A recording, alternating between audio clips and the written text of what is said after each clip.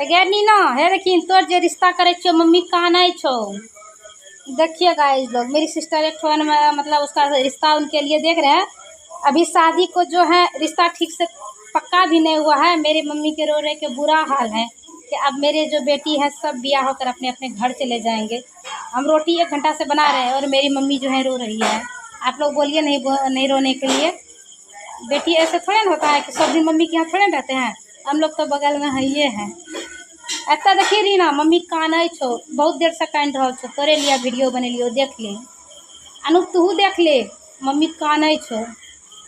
की करभी रीना के शादी एखन 5 साल कैंसिल कर देभी। अहाँ से कमेंट क्या कहियो की करिए, अपन बहन के बियाह कराबिए कि नहीं।